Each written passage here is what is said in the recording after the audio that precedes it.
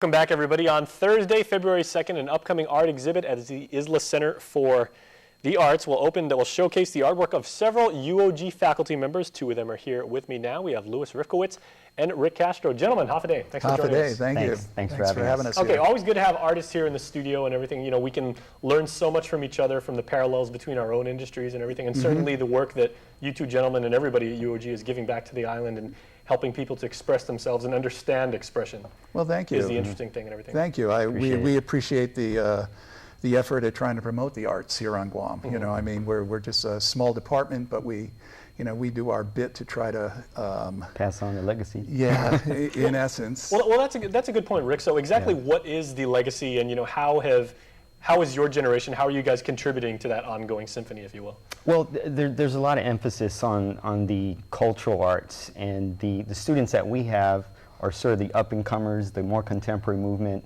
of young local artists in general. So we sort of guide those select few that are sort of coming in mass now. Yeah, the program's really growing, so we hope in the future when we get our museum, they'll start showcasing some of the new talent that is not necessarily concentrating on the dancing aspects, but the contemporary arts like painting and things like that. We're sort of at that juncture of old school, new school, because, Rick and I both went through, academia and school back when the traditional, craft was it. We didn't have computers as an option.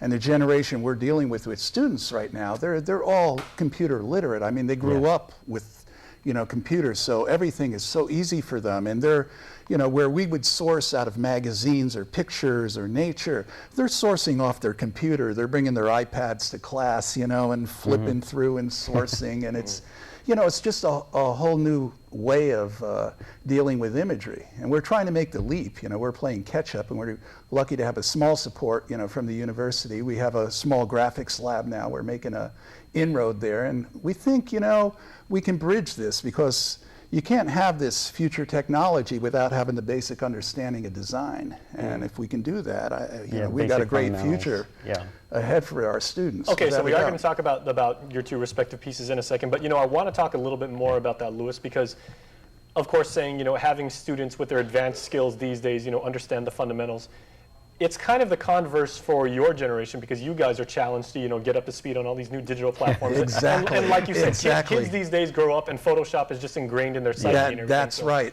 How do old school guys like yourself?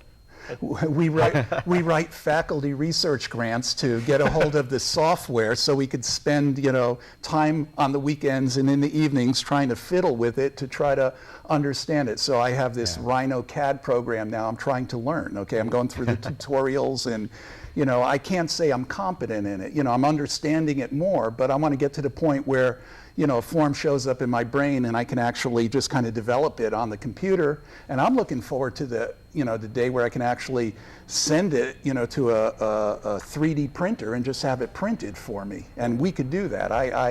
The technology's out there, maybe not here on Guam, but it is in various other places. And since the file's electronic, it can go off.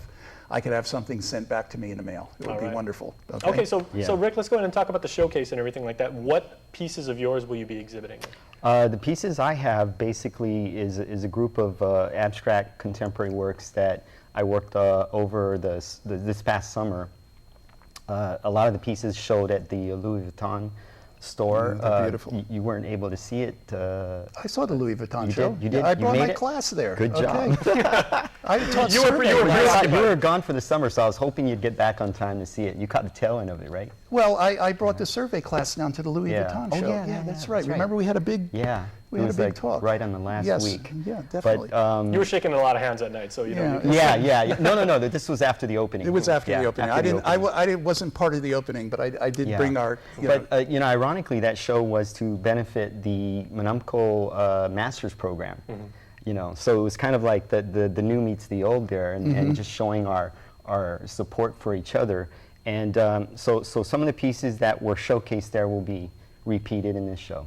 All right. How about you, Louis? What are you going to I have a bunch of cast sculptures that I've been working on. I had been working in ceramics, and I have a series of clay pieces that have been working on their abstract figurative works. And I got interested in casting metal just as a venue to search out. It was part of my sculpture class, actually a student who was interested, so I just went along for the ride and got hooked again. It's not that I haven't done it before. And so we've been casting some what we call lost foam aluminum pieces. And so I have a series of sculptures that I've just been finishing up, and they're beautiful. And this past summer, I spent some time at a foundry in the States and did some cast iron work, which is even more incredible, but the work was so heavy I couldn't bring it back. I have a few small maquettes. That I was going to say, that's kind of hard to fit in a bag. Or oh, yeah. And